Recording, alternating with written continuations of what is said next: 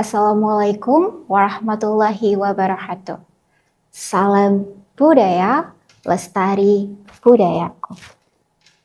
Perkenalkan, saya Erna Istiqomah, dosen Prodi Pendidikan Bahasa Jawa, Fakultas Bahasa Seni dan Budaya Universitas Negeri Yogyakarta.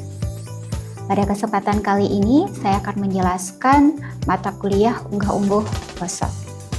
Mata kuliah Unggah-Ungguh Basa merupakan mata kuliah yang bersifat teoritis yang biasanya ditempuh pada semester kedua. Mata kuliah ini bermaksud untuk membekali keterampilan mahasiswa untuk dapat berbicara secara aktif maupun pasif dengan menerapkan unggah-ungguh basa yang disesuaikan dengan konteks tutur. Materi yang akan disampaikan berupa konsep unggah-ungguh basa, kemudian ada sejarah penggunaan unggah-ungguh basa, dilanjutkan dengan tingkat tutur unggah-ungguh basa, kemudian diperkuat dengan geladen wicara yang artinya adalah kemampuan untuk berkomunikasi lisan, dan kemudian diperkuat kembali dengan geladen tulis atau kemampuan untuk menulis. Kegiatan perkuliahan pada mata kuliah ini dilaksanakan menggunakan metode active learning, student centered learning, dan problem based learning. Untuk evaluasi menggunakan dua teknik penilaian. Yang pertama adalah teknik kognitif, mahasiswa akan dinilai keaktifannya, kuisnya, tugasnya, UTS-nya, dan UAS-nya dengan persentase yang berbeda-beda. Kemudian, untuk teknik partisipatif, mahasiswa akan dinilai dari studi kasus dan tim based project. Capaian pembelajaran mata kuliah ini terdiri dari yang pertama, mahasiswa mampu menguasai karakteristik unggah-ungguh basa secara lisan maupun tertulis. Yang kedua, mahasiswa terampil berkomunikasi dalam situasi formal dan non-formal. Yang ketiga, mahasiswa mampu menerapkan teori unggah-ungguh basa ke dalam percakapan yang disesuaikan dengan konteks. Untuk capaian pembelajaran lulusan tertera sebagaimana berikut.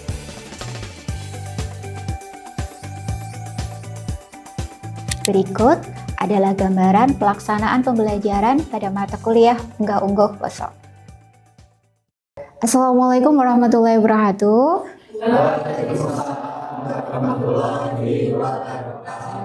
Sugeng siang.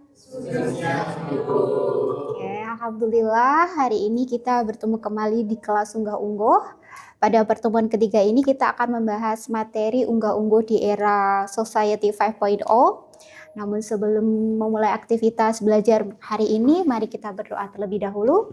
Berdoa dipersilahkan.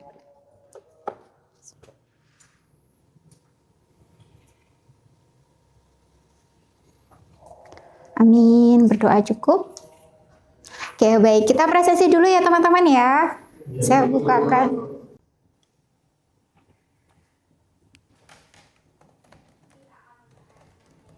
Dua NZZ. Silakan dimasukkan tokennya.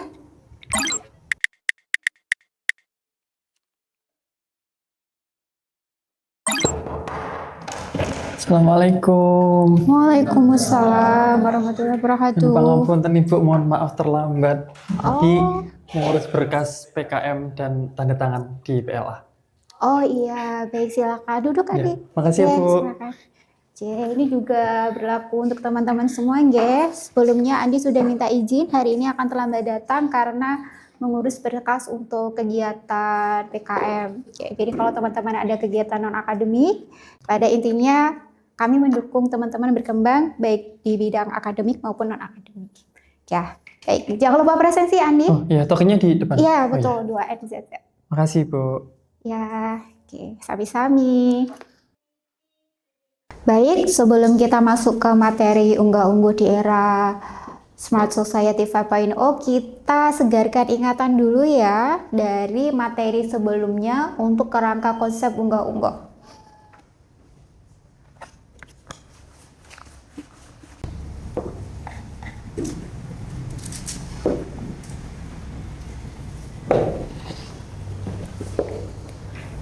Yuk, siapa yang mau maju melengkapi? Saya. Tera? Laras? Hanifah. Oh, Hanifah. Baik, Tera dulu maju silahkan.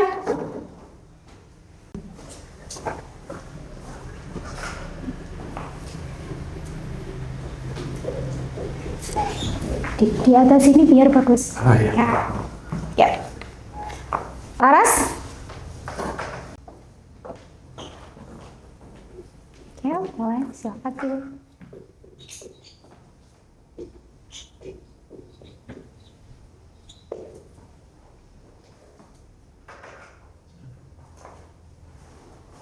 Hanifah, silakan.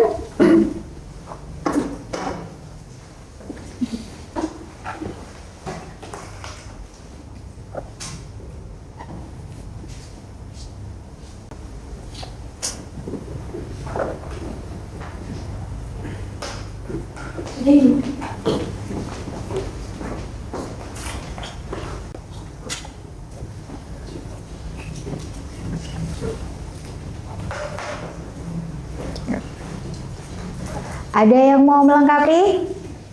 Ini masih ada beberapa poin yang kurang, ada yang mau melengkapi? Silahkan. Iya, silakan. Oke, silakan Niken.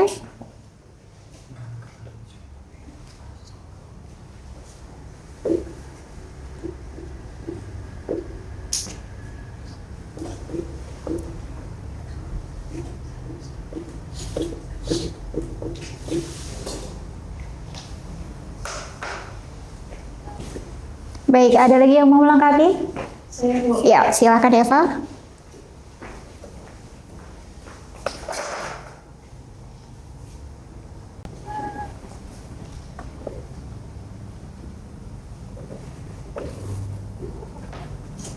Sudah Bu. Baik, ada lagi yang mau melengkapi? Saya. Ya, silakan Ramadhani.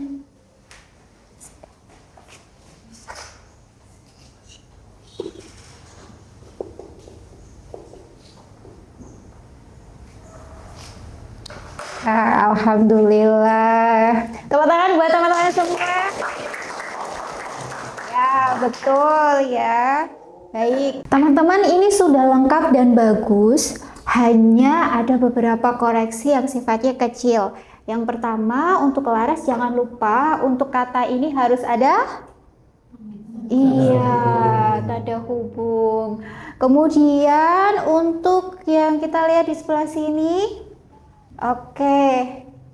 Hanifah, ada yang aneh nggak? Di mana? Ada yang kromo. Oh ya, baik, betul. Di sini harusnya pakai A.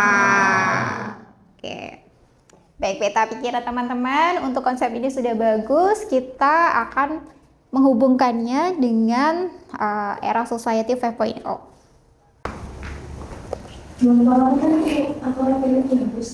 Oh iya, minta tolong ya Mira.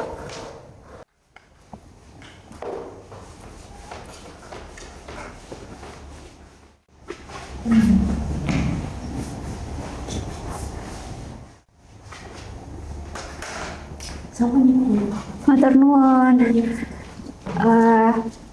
Baik teman-teman, kita boleh masuk ke materi. Tadi teman-teman sudah menggambar kerangka dan coba kita lihat kembali nggih pointernya. Tadi sudah betul bahwa di dalam unggah-ungguh mengedepankan bagaimana kita bisa menempatkan diri dengan baik dalam kegiatan kineman dan tindak tanduk.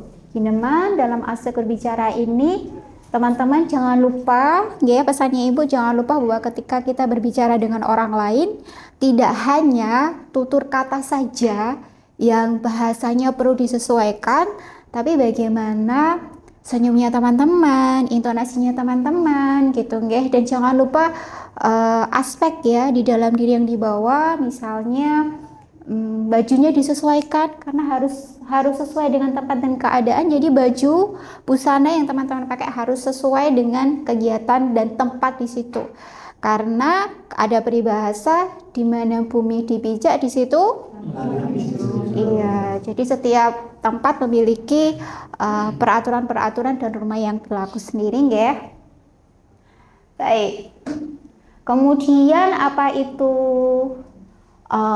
Society 5.0? Kebetulan di era ini kita punya 4 pilar penting yang harus dipertimbangkan. Kemampuan teman-teman untuk di 4 titik ini akan membuat teman-teman mendapatkan predikat apakah Anda kategori Smart Society atau Society 5.0 aja. Gitu, nggih.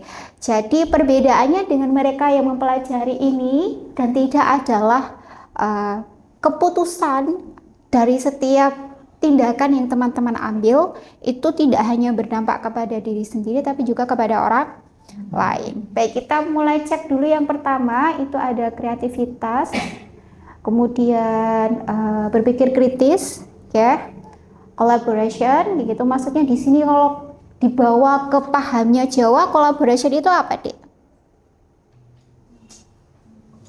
Nggih, gotong royong, guyub rukun. Ringan sama dijinjing, berat sama dipikul. Betul. Kemudian communication. Communication berarti komunikasi yang sifatnya langsung dan tidak langsung. Mari kita cek ya sebelumnya. Oke. Ada unsur kineman. Unsur berbicara. Mari kita cek di sini. Oke. Kalau misalnya berbicara, kita kaitkan dengan critical thinking atau berpikir kritis, kira-kira bentuknya apa? Betul. Tata krama unggah ungguh. Karena memang dalam unggah ungguh kita diberi tatanan bagaimana memperlakukan orang. Yang pertama, sebaya. Yang kedua, lebih muda. Yang ketiga, lebih tua atau yang kita hormati. Jadi konteks berpikir kritis di sini adalah bagaimana kita akan menyesuaikan lawan bicara kita. Kita mau pakai yang mana? Jika kita memakai kromo inggil, nggih. Jika kita memakai kromo inggil, maka lawan bicara kita siapa? Lebih muda, sebaya atau lebih tua? Lebih tua atau yang dihormati. Begitu. Jadi berpikir kritis di sini kita bisa menentukan lawan bicara kita itu siapa, kemudian kita menggunakan apa. Kalau misalnya dengan orang yang baru dikenal, kita sebaiknya memakai apa? Ya, kromo inggil. Jika ada praduga kalau yang bersangkutan dari Jawa. Kalau misalnya dalam benaknya teman-teman tidak tahu ini kira-kira dari suku apa, apakah lama tinggal di Jogja atau tidak, kira-kira menggunakan apa? Betul. Jadi unggah-ungguh itu fleksibel, mengalir, disesuaikan dengan siapa yang kita ajak berbicara. Gitu. Jadi kita tidak memaksakan diri harus menggunakan semuanya itu, ya. Kita lihat dulu lawan bicaranya. Karena tidak mungkin kita berbicara dengan bahasa kromo inggil misalnya dari mahasiswa Tiongkok gitu, nggih. Di fakultas kita kan sering ya ada mahasiswa-mahasiswa dari Tiongkok, mungkin juga dari Thailand, benar seperti itu. Jadi kalau misalnya bertemu di kantin, kita tidak langsung menggunakan Jawa, tapi kita bisa sapa dulu pakai bahasa Indonesia. Kenapa bahasa Indonesia? Karena kemungkinan mereka yang sudah ikut kegiatan di sini pasti tentunya sudah belajar bahasa Indonesia. Kalau teman-teman sudah berteman kayak gini dia, kita bisa mulai berbicara sambil pakai apa tadi? Kira-kira? Awal-awal, betul. Kalau awal sekali kita pakainya ngupo. Lugu dulu atau halus dulu? Lugu. Iya, lugu dulu. Kenapa? Baru tahap belajar awal. Itu kan menasa ungguk-ungguk itu merupakan salah satu hal yang memiliki benefit untuk teman-teman ketika bisa membaca situasi itu, maka teman-teman masuk coding sedikit basis gitu. Sene, kalau kreativitas adakah yang bisa memberi pendapat? Kalau di lagu kamu kreativitas agak susah. Baik, sepertinya kita perlu diskusi kelompok ini. Oke, baiklah. Supaya lebih terarah, teman-teman, nanti kita membuat satu tema untuk setiap kelompok ya. Kelompok yang pertama nanti membahas aciling diri ono Ini kelompok satu ya. Kelompok dua membahas tema unggah-ungguh aciling rompok ono dan kemudian kelompok yang ketiga membahas tema memayu betul kawan. Jadi nanti teman-teman silakan berkelompok untuk mendiskusikan tema-tema ini dihubungkan dengan 4 pilar Society 5.0, Creativity, Critical Thinking, Collaboration, dan Communication. Waktu diskusinya 30 menit. Kemudian nanti akan ada sesi presentasi per kelompok.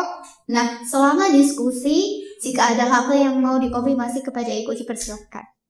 Apakah sudah jelas instruksinya? Kelompok 1, kelompok 2, kelompok 3. Semuanya berterima?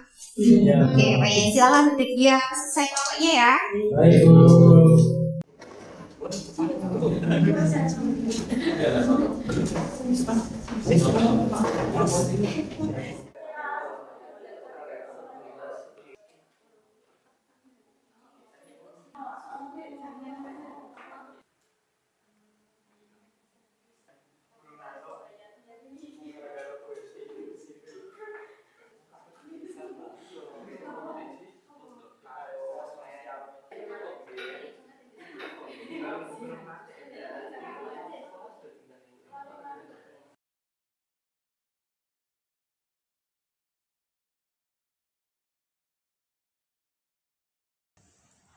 Bu, nuwun sewu. Iya. Izin bertanya, apakah nanti ajudan diri anak yang latih itu harus dikaitkan dengan penggunaan sosial media seperti Instagram ya? Oh iya, teman-teman perlu mencermati bagaimana interaksi secara langsung maupun tidak langsung. Kalau secara langsung tadi kan ada harus mencermati dengan siapa yang diajak bicara. Nah, silakan teman-teman berikan poin untuk berinteraksi gitu ya di dunia maya dengan menerapkan kaidah unggah-ungguh. Ya. Baik, kerja bagus teman-teman, silakan dilanjutkan. Nanti kalau ada yang kurang baik lagi bisa konfirmasi. Kami. Ibu nyuwun pirsa. Oh, jangan. Itu kan tadi kelompok 1 dikaitkan dengan media sosial. Mungkin kalau dari kelompok 3 itu Memayu Hayun Bawono bisa nggak ya dikaitkan dengan isu sampah mungkin? Oh iya, sangat penting. Karena memang Memayu Hayuning Bawono itu bagaimana adab kita terhadap alam sekitar dan juga hewan-hewan. Dan isu yang saat ini kan sampah. Coba teman-teman berdiskusi kembali kelompoknya untuk bagaimana kita bisa memasukkan adab unggah-ungguh itu untuk berkontribusi dalam pengurangan sampah. Ya, baik. Lanjutkan teman-teman. Oke, sami-sami.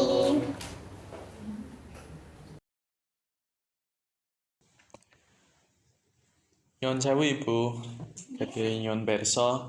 Kelompok kami ini kan berdiskusi mengenai ajining raga ana ing busana.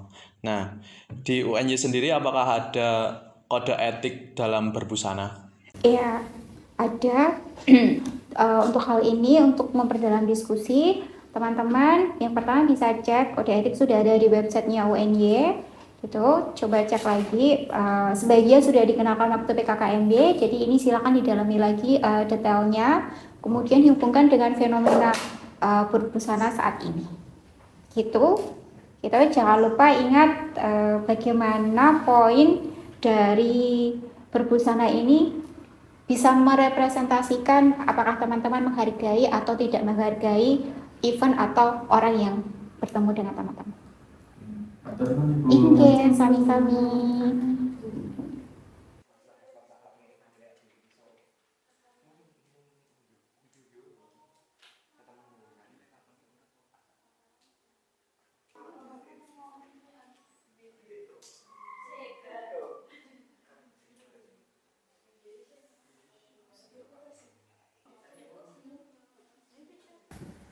Terima kasih teman-teman, hasil diskusinya sudah cukup baik.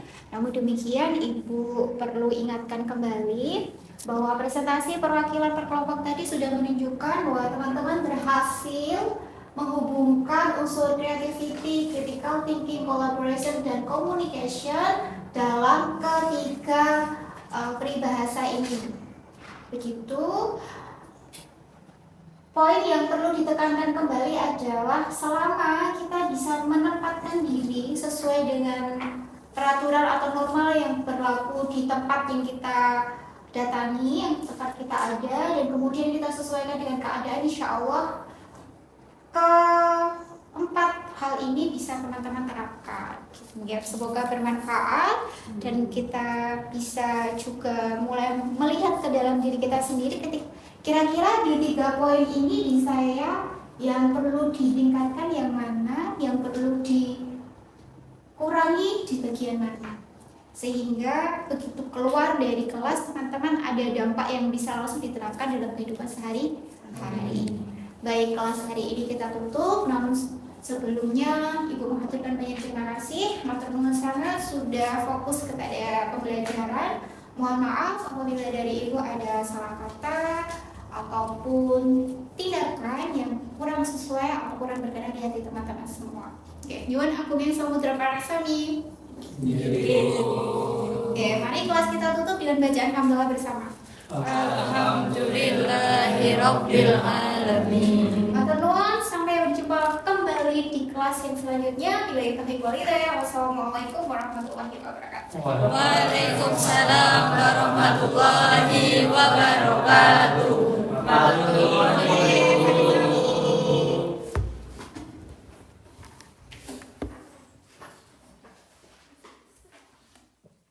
Demikian deskripsi mata kuliah ini, semoga dapat memberikan gambaran aktivitas pembelajaran unggah-ungguh poso. Saya Erna Istiqomah, matur nuwun, wassalamualaikum warahmatullahi wabarakatuh.